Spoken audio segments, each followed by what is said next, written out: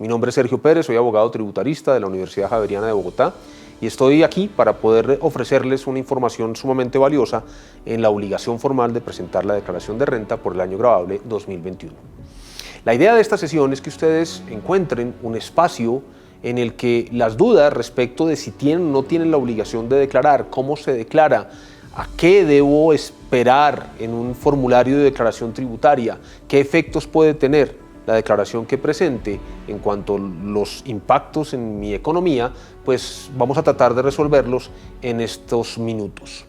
¿Por dónde comenzaremos? Comenzaremos esencialmente por quienes tienen la obligación de presentar la declaración del impuesto sobre la renta por el año gravable 2021. Pero para que este tema, digamos que resulte claro, es fundamental que entendamos todos que la declaración se presenta a año vencido, de tal manera que en 2022, agosto, septiembre y octubre, vamos a presentar la declaración por el año gravable 2021, que debe tomar en consideración todos los acontecimientos que se suscitaron desde el 1 de enero de ese año 2021 hasta el 31 de diciembre de la misma vigencia fiscal. En ese contexto, no todas las personas tienen la obligación de presentar declaración del impuesto sobre la renta. Un gran grupo de ciudadanos no tienen esa carga porque no cumplen ninguna de las condiciones que la ley establece para el efecto. Y lo que estoy diciendo es que el legislador ha sabido establecer ciertas circunstancias que, de verificarse, con que una de ellas se presente, usted tendrá la obligación de presentar declaración del impuesto sobre la renta para el año gravable de que se trate. Estas cifras están expresadas en VT. Para quienes no tienen presente de qué se trata la VT, es el fenómeno o unidad que nos marca todas las cifras en materia tributaria. Unidad de valor tributario es el significado específico o la expresión específica de esa sigla VT. Y por tanto, con la simple actualización anual que hace la Administración Tributaria en cabeza de su director todos los años, pues quedan actualizados estos conceptos o estos topes para tener la obligación de presentar la declaración del impuesto sobre la renta. Así las cosas, debemos empezar por hablar del concepto de los ingresos. El ingreso es cualquier flujo de entrada de recursos que potencialmente me enriquece. Y eso debe partir de la base de entender que, por ejemplo, si yo recibí durante el año 2021 un préstamo concedido por una entidad financiera, por supuesto ahí no me estoy enriqueciendo, al contrario me voy a empobrecer con los intereses que voy a reconocer y por supuesto la devolución de los recursos que me fueron prestados. Así las cosas, debemos entender que lo que sucede es que si yo en realidad tengo un flujo de entrada de recursos a mi patrimonio, pues esos recursos están haciendo un aumento del mismo. Ese es el enriquecimiento del que les hablaba hace un instante, que serán, por supuesto, aquellos que se tomen en consideración para efectos de determinar sí o no la carga de declarar. Así las cosas, entendamos que cualquier persona que haya recibido un poco más de 50 millones de pesos durante el año gravable 2021 tendrá la obligación de presentar la declaración tributaria del impuesto sobre la renta por esa vigencia fiscal, independientemente de cualquiera de los otros elementos que les voy a conversar a continuación. El segundo es el tema del patrimonio bruto. Y entiendan, por favor, que el concepto del patrimonio bruto es sinónimo de totalidad. Todo aquello que yo tengo, inclusive de lo que tengo, lo que debo. Luego, fíjense que el concepto del patrimonio bruto, que me genera la carga de presentar la declaración de renta, no toma en consideración las deudas para efectos de la depuración. Ya veremos un poco más adelante dentro de esta sesión cómo el patrimonio líquido se refleja en la declaración. Esto es aquel en el que sí es posible restar los pasivos. Pero para efectos de declarar, solamente el patrimonio bruto es el que se toma en consideración. Para efectos del año 2021, el patrimonio bruto que determina que yo esté obligado a presentar la declaración de renta es aquel que supere los 163 millones de pesos y fracción. Quiere decir lo anterior que si una persona, por ejemplo, lo único que tiene es un inmueble de habitación que vale 200 millones de pesos, del que el 70% es un crédito que le ha ofrecido cualquier entidad financiera y el restante 30% ahorros que esta persona tenía, esa persona está obligada a presentar declaración de renta. Y cualquiera de ustedes estará pensando que no tiene sentido que una persona declare cuando el 70% de su patrimonio bruto pues realmente lo está debiendo. Y la respuesta a ese planteamiento es que no es lo mismo declarar que pagar. Y es muy importante entender que muchos de los declarantes, al contrario, tendrán un fenómeno de saldo a favor en la declaración que preparen y presenten por el año gravable 2021. Esto es que al final, pues la administración tributaria tendrá que, si usted se lo solicita, hacerle una devolución de un saldo que le pudo generar la declaración. Bien, lo tercero que hay que tener en consideración es el tema de las compras y consumos. Las compras y consumos pueden ser con medio plástico, tarjetas de crédito o débito, o cualquier otra compra en la que usted quede registrado, es decir, que le hayan expedido una factura en la que su nombre haya quedado, digamos que reflejado. Esto lo que nos permite entender es que si en las compras y consumos acumuladas durante el año se pasa de la misma cifra de 50 millones que les hablaba originalmente para el tema de los ingresos, la persona tendrá la carga de presentar la declaración de renta. Independientemente, por ejemplo, que usted haya decidido utilizar su tarjeta de crédito para, ejemplo, pagar un almuerzo con un grupo de amigos o familiares y muchos de ellos le entregaron a usted el efectivo. Como usted es quien queda registrado en la transacción, tendrá la consecuencia eventualmente de que la sumatoria de operaciones de esta naturaleza lo lleven al deber formal de declarar. Asimismo, si usted ha hecho otro tipo de compras, insisto, lo hayan dejado registrado, por ejemplo, la adquisición de un vehículo automotor, con todo y que este vehículo haya sido financiado, si la cifra de esa compra sumada a las demás de sus consumos durante la vigencia fiscal excede esos 50 millones de pesos, tendrá usted la carga de presentar la declaración del impuesto sobre la renta por el año gravable 2021. Así las cosas, llevamos ingresos, patrimonio bruto, compras y consumos, y si ustedes se fijan, con uno de los tres, y permítanme ser muy insistente en esa manifestación, tendrá el deber formal de presentar la declaración. Lo siguiente hace relación a los depósitos, las inversiones y las consignaciones bancarias. Esto es algo que se toma acumulado. Luego entiendan que independientemente de que se trate de los mismos recursos, cada vez que usted haya hecho una inversión o un depósito o una consignación con una suma de dinero en alguna de las cuentas o inversiones a su nombre, está contando para efectos de este sistema o mecanismo que me obliga a declarar también. En este caso, estamos otra vez bajo la base de los 50.800.000 pesos y fracción que me pueden determinar la carga de presentar la declaración tributaria. Y basta con que haya sido efectuada la consignación o inversión para que la consecuencia se presente. Me explico.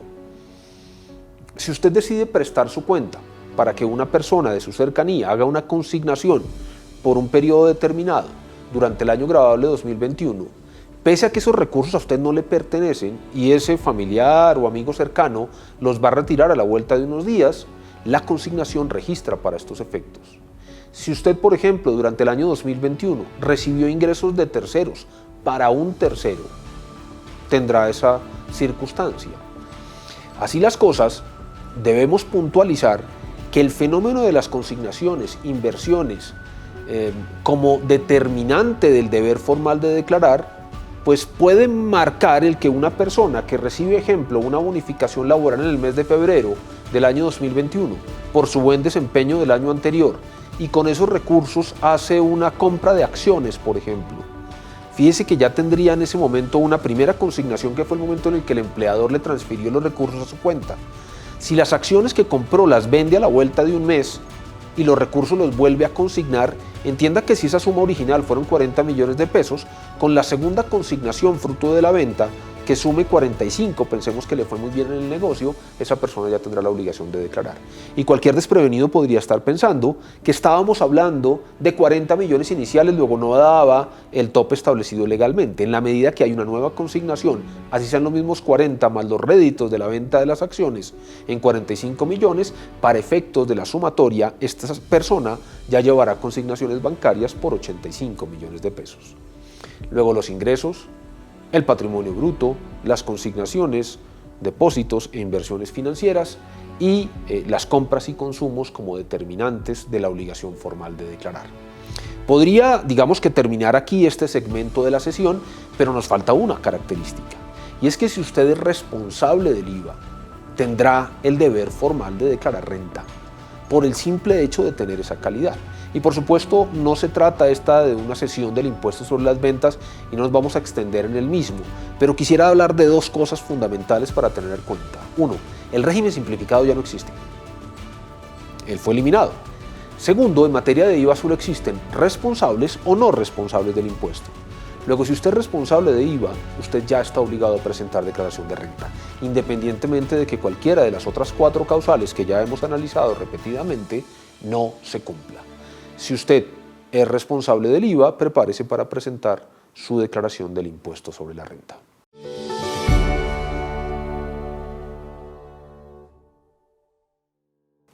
De acuerdo con la normativa vigente, lo que se toma en consideración son los 2 últimos dígitos del NIT de la persona de que se trate. Aquí debemos hacer una aclaración. El NIT, en el caso de las personas naturales que son ciudadanos colombianos por nacimiento, pues es su cédula de ciudadanía acompañado con un dígito de verificación. Para que usted entienda cuándo le corresponde presentar su declaración, pues debe tomar en consideración los 2 últimos dígitos sin que el dígito de verificación tenga importancia. Luego estamos hablando de los 2 últimos dígitos de su cédula de ciudadanía. El segundo tema es que si se trata de un extranjero que ha recibido cédula de extranjería en Colombia, en ese caso la Dirección de Impuestos Nacionales sí asigna un código distinto al de la cédula de extranjería. Ese código es el que conocemos como NIT.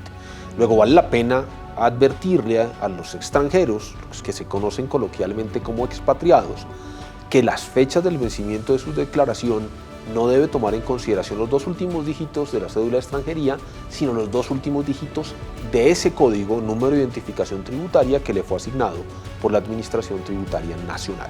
Fundamental tenerlo claro. Ahora bien, ¿qué pasa con esos 2 últimos dígitos?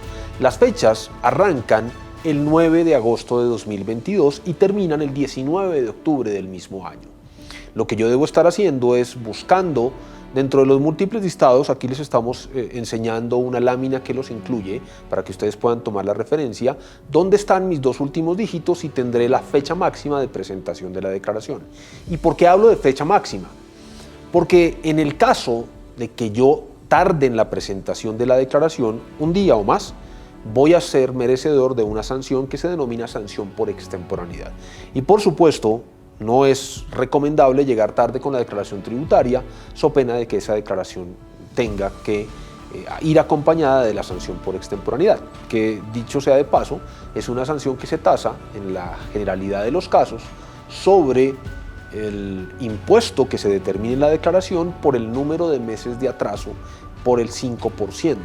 Por supuesto, no todas las declaraciones tienen impuesto y la ley establece, digamos que tratamientos diferenciales en estos casos.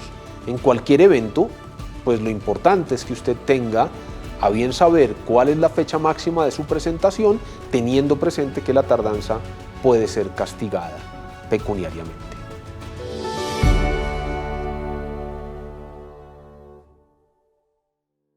Existen los datos informativos en los que básicamente yo le digo al fisco quién soy, a qué administración tributaria pertenezco, cuál es la actividad económica que yo desarrollo, etc. Posteriormente, lo que uno encuentra en un formulario de declaración tributaria es el patrimonio, que va desde el bruto, lo mencionamos hace un rato cuando hablábamos de quienes estaban obligados a presentar la declaración de renta, las deudas y luego el patrimonio líquido, que es básicamente una operación aritmética. Le resto las deudas o pasivos al patrimonio bruto y encuentro el patrimonio líquido. Posteriormente, ustedes van a encontrar en el formulario que empieza la relación de los ingresos. Tratándose de las personas naturales, el manejo del impuesto sobre la renta ya desde hace bastantes años está asociado al concepto de las cédulas. La renta cedular se hizo parte de nuestro proceso tributario, que en la práctica lo que implica es una segmentación de la depuración del mismo impuesto dependiendo del origen de los ingresos. Me explico. En la actualidad existen 3 cédulas. La cédula general, que está integrada a su vez por 3 subcédulas, la cédula de pensiones y por último la cédula de dividendos y participaciones. Debemos entender que en la cédula general están las rentas de trabajo, las rentas de capital y las rentas no laborales.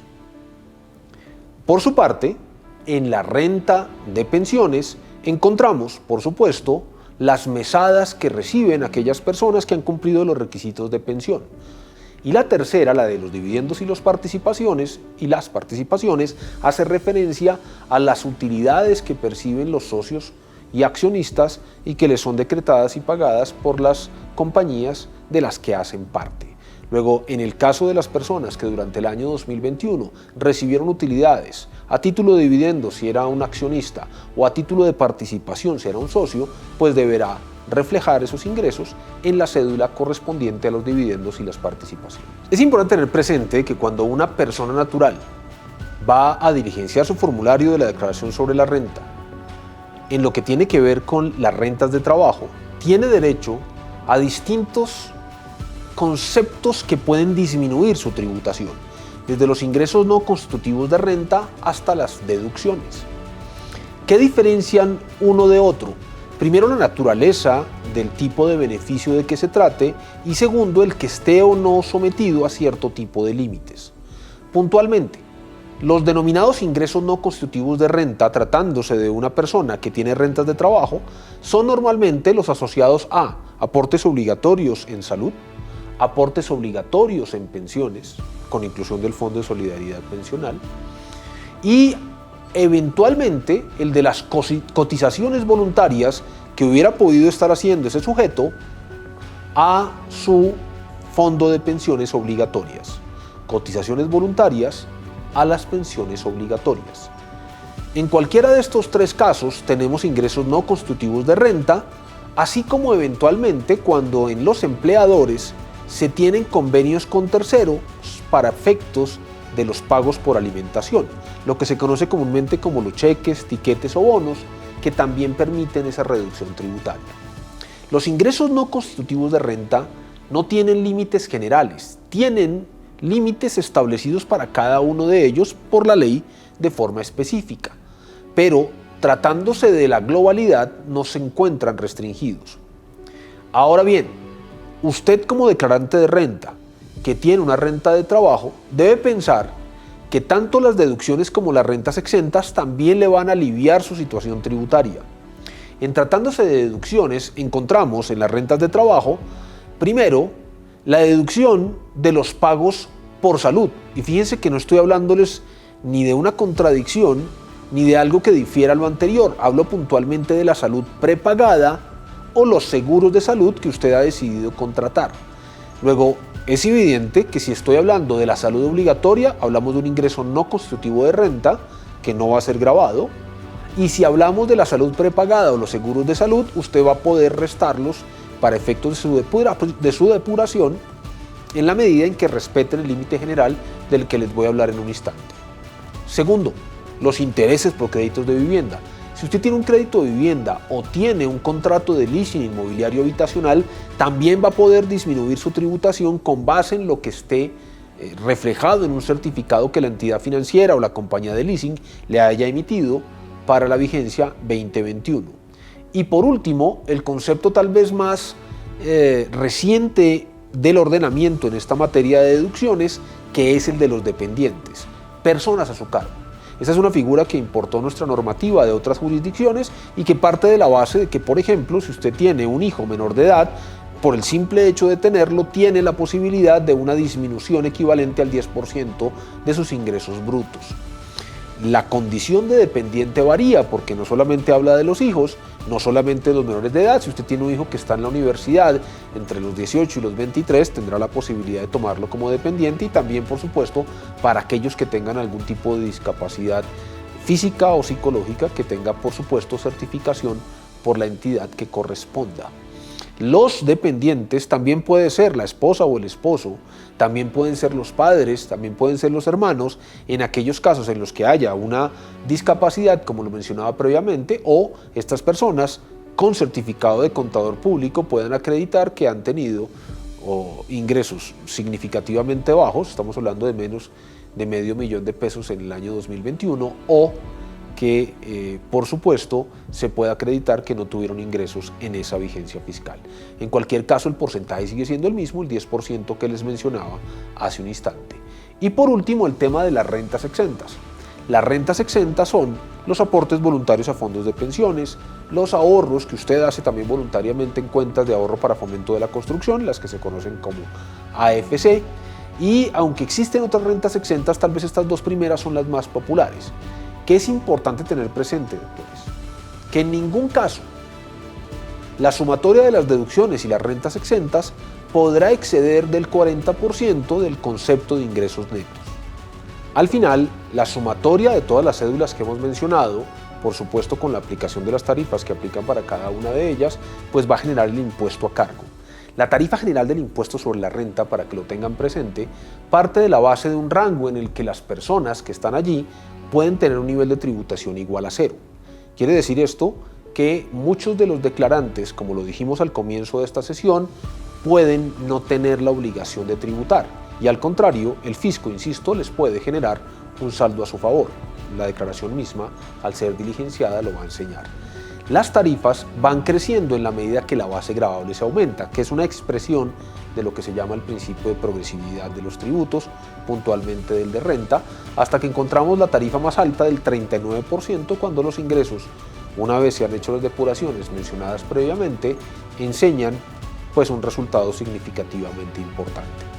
Ese impuesto así planteado no es en definitiva el que usted va a tener que pagar, porque muy seguramente ya ha hecho pagos durante el año, y voy a hablarles de eso puntualmente en un instante, o porque eventualmente puede utilizar algún tipo de beneficio adicional, por ejemplo el concepto de los descuentos tributarios.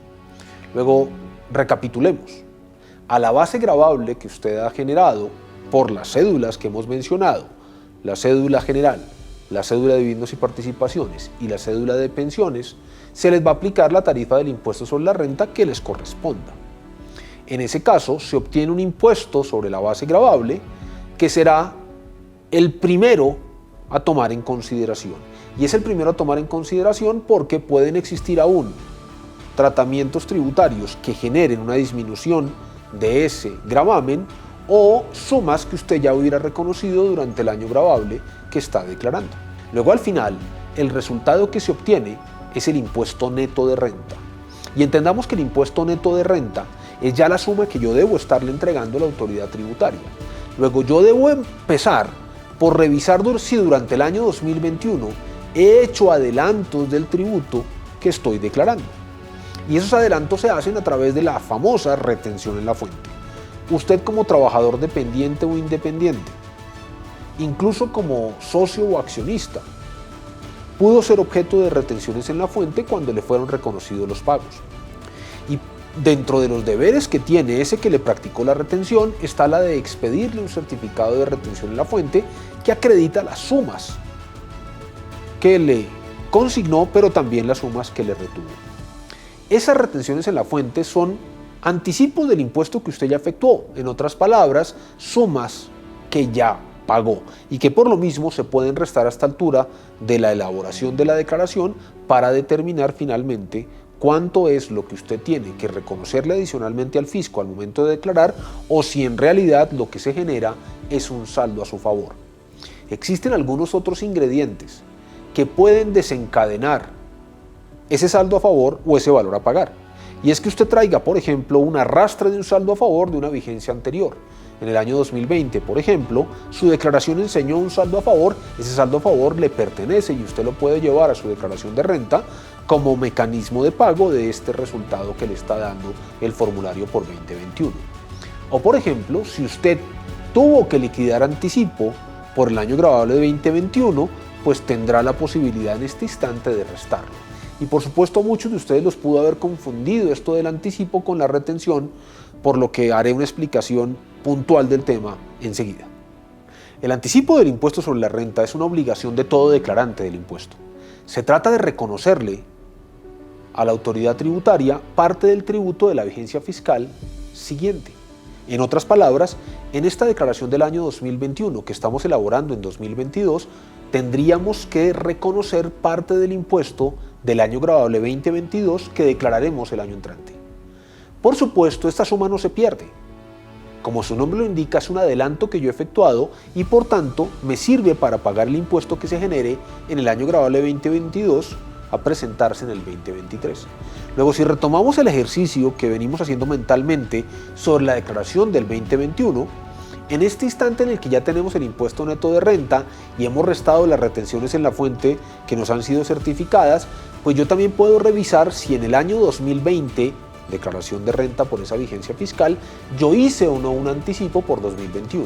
Si la respuesta es afirmativa, yo voy a poder disminuir el impuesto a pagar con el anticipo que he efectuado. Ahora bien, es perfectamente lógico que se me pueda generar un anticipo por el 2022, como decía hace unos instantes. Ese anticipo lo podré restar en la declaración del año subsiguiente.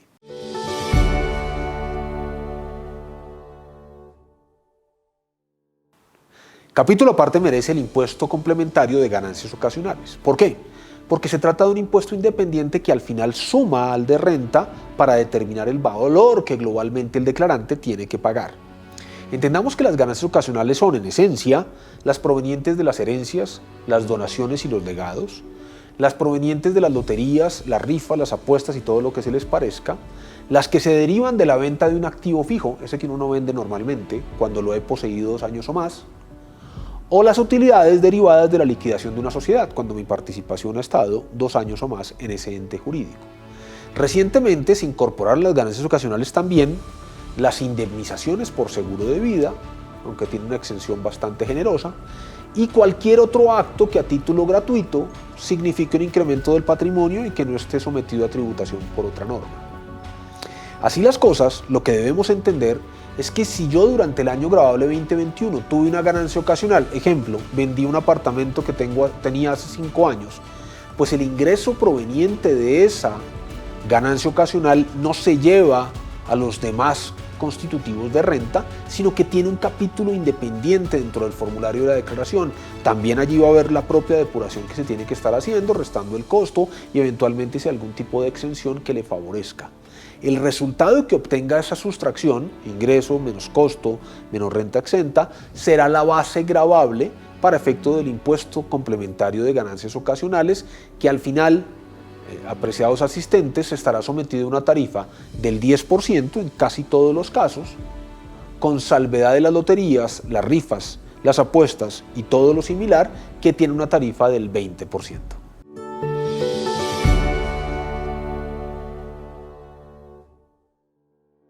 Las personas naturales que no están obligadas a presentar declaración de renta, pero quieran hacerlo, perfectamente lo pueden estar realizando y esa declaración se considera válida. Esto no siempre fue así, esta es digamos que una manifestación más o menos reciente de nuestra normativa y que permite que algunas personas que no han tenido la carga de declarar pues puedan estarlo haciendo e incluso obteniendo un saldo a favor.